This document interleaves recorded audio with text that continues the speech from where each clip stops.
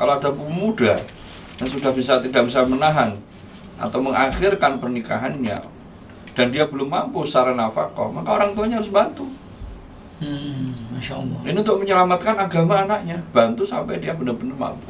Artinya apa? Tujuan syar'i, apalagi kalau dia sudah punya pendapatan besar kecil bisa di-sharing. Nah, yang berikutnya malah lebih bahaya lagi, tujuan syar'i.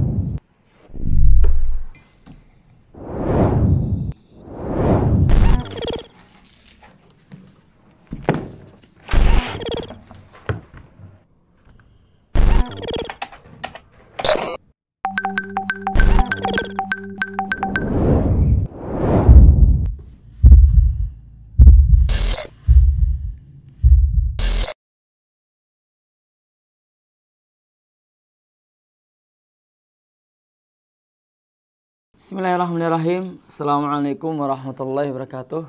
Nah, teman-teman sekalian, pemirsa El-Kalam dimanapun kalian semua berada, yang semoga selalu dalam menjagaan, lindungan serta naungan Allah Subhanahu wa taala. Nah, alhamdulillah pagi ini kita diberkahi dengan banyaknya para ustadz yang alhamdulillah Allah takdirkan untuk berkumpul. Nah, pagi hari ini atau lembaga konsultasi dan kajian agama Islam yang insya Allah akan memberikan untuk kita semuanya solusi-solusi terkait pertanyaan-pertanyaan kita seputar keislaman. Nah, tentunya dengan rujukan-rujukan para ulama kuno dulu yang tertulis dalam kitab-kitab mereka. Bismillahirrahmanirrahim. Pak Ustadz, saya ikhwan baru mulai kerja dengan penghasilan pas-pasan. Saya ingin menikah, tapi kakak perempuan saya tidak setuju dengan alasan finansial belum cukup. Di samping itu, mungkin karena beliau belum menikah. Pertanyaannya, bolehkah saya menikah tanpa izin keluarga? Jadi ini bisa kebayang ya para ustadz, bahwa pemuda ini mungkin udah dari ubun-ubun. Pokoknya mau nggak mau harus segera menikah. Terhadap pertanyaan yang diajukan ke El-Kalam tentang masalah bolehkah seorang menikah tanpa izin keluarga, tentunya bicara masalah pernikahan itu tinjauannya adalah tinjauan kekeluargaan dan tinjauan hukum. Kalau bicara masalah tinjauan hukum, laki-laki tidak wajib mendatangkan wali karena syaratnya nikah cuma 4 ya. Adanya wali, saksi, kemudian syighah, yakni akdu nikah, dan mahar. Selama 4 itu terpenuhi, selesai. Dan laki-laki tidak butuh wali, sehingga boleh saja laki-laki menikah tanpa sebutan keluarganya. Ini jika tinjauan secara hukum, ya. Kemudian tinjauan secara hukum juga tentang bagaimana terkait dengan masalah belum mampu atau berpenghasilan pas-pasan. Ya alhamdulillah sudah punya penghasilan, setidaknya walaupun pas-pasan bisa digunakan untuk memberikan nafkah, mencari wanita yang mau dikasih nafkah pas-pasan. Ya kan? Ini ahsan min ala yatazawwad wa tabattul wa yaqrub minazina.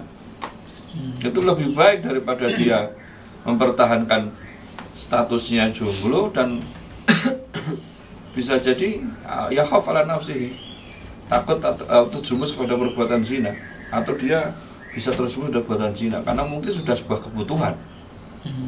Ya, kalau Syekh Jamil Az-Zainu lebih menarik lagi, malah beliau punya fatwa kalau ada pemuda yang sudah tidak bisa menahan atau mengakhirkan pernikahannya dan dia belum mampu secara nafkah, maka orang tuanya harus bantu. Masya Allah. Ini untuk menyelamatkan agama anaknya, bantu sampai dia benar-benar mampu. Artinya apa? Tujuan syar'i, apalagi kalau dia sudah punya pendapatan besar kecil bisa di-sharing. Yang berikutnya malah lebih bahaya lagi, tujuan syar'i dulu saya.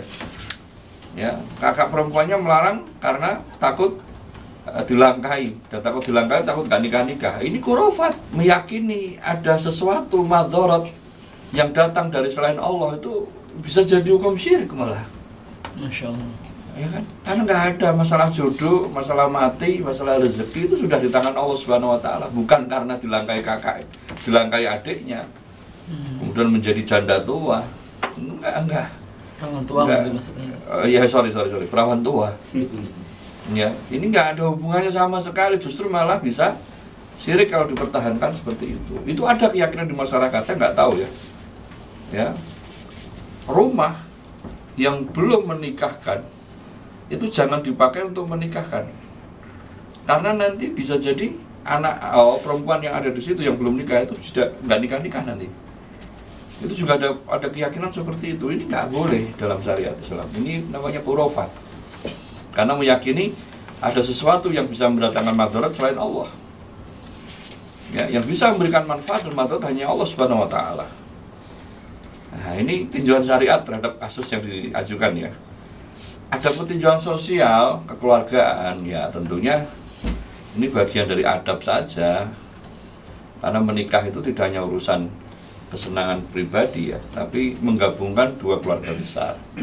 Terciptanya sakinah mawaddah warahmah itu lebih mudah kalau dua keluarga besar ini digabungkan dalam kondisi akur baik-baik saja.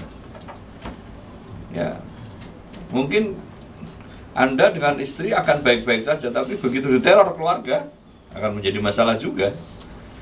Nah, ini hanya sekadar adab saja, maka nanti ditimbang. Ya, Anda lebih memberatkan agama Anda karena takut tersebut pada zina, atau lebih mempertimbangkan kepentingan keluarga. Kalau semuanya bisa diakomodir, baik. Anda bersabar dulu, Anda yakinkan pada keluarga kalau semua itu baik-baik saja, dan Anda menikah, itu jauh lebih baik. Jam'u baina khairatain, ya, mengumpulkan dua kebaikan keluarga dan kebaikan agama Anda. Dan selanjutnya yang harus dilakukan adalah pendekatan kepada si kakak ya. Dan juga sesepuh-sesepuh yang ada di keluarga Anda tersebut, karena biasanya hal-hal semacam ini itu yang meyakini itu kalangan sesepuh-sesepuh terutama ya. Maka dari dua sisi itulah yang harus diatasi segera ya. Tentunya kita tidak ingin memaksakan kehendak kita untuk segera menikah sementara keluarga keberatan, tidak. Perlu kita dekati, terutama si kakak.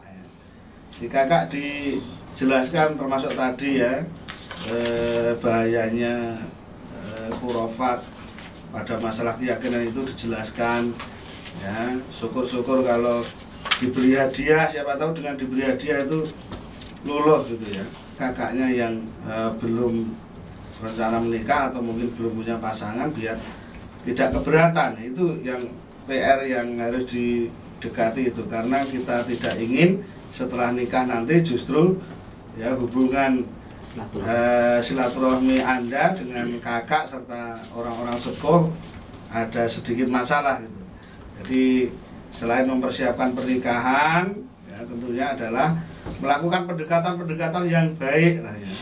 Pendekatan yang baik dengan pihak kakak ya, apa yang menjadi yang kira-kira bisa meluluhkan kakak, bisa meluluhkan sesepuh-sesepuh yang punya keyakinan-keyakinan seperti itu, dan memang ini nyata ya.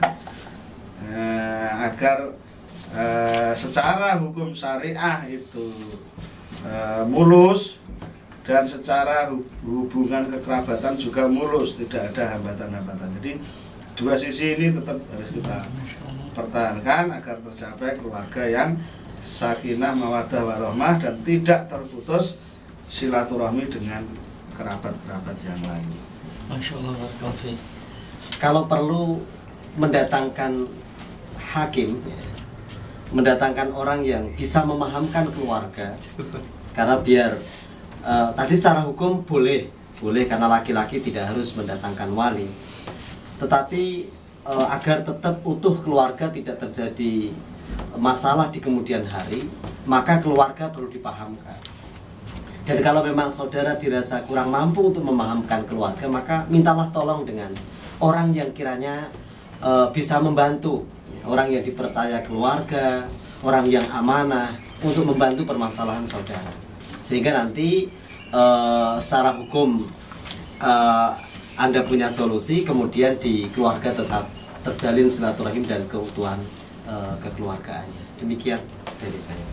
Kesimpulan secara sederhana bahwa kalau ditinjau dari sisi hukum, sebagaimana disebutkan oleh Ustaz Sigit kita, bahwa jadi seorang laki-laki itu tidak ada di sana syarat rukun syarat rukun nikah itu harus dapat restu dari keluarga besar, nggak ada. Jadi sah-sah aja. Tapi tadi pertimbangan dari Ustadz Parman kita dan kunci kita bahwa cari solusi lah yang kira-kira kalau tetap itu diambil langkah dan harus diambil langkah memang karena sudah kebutuhan yang kira-kira tidak terjadi keretakan dalam keluarga besar atau yang semuanya ridho atau bagaimana yang pihak penanya insya Allah lebih paham masalah ini bagaimana supaya semuanya kurang lebih itu. Dan tadi Ustadz Sigit sudah menegaskan banget jangan sampai ada sebuah keyakinan bahwa kalau dilangkahi gak bakal laku, karena itu bisa merusak akidah kita semua. Tapi mudah-mudahan Allah SWT menjaga kita semuanya dan memudahkan semua keinginan-keinginan kita, baik keinginan dunia maupun keinginan akhirat. Wabillahi taufik wal hidayah wa ridha wal inayah.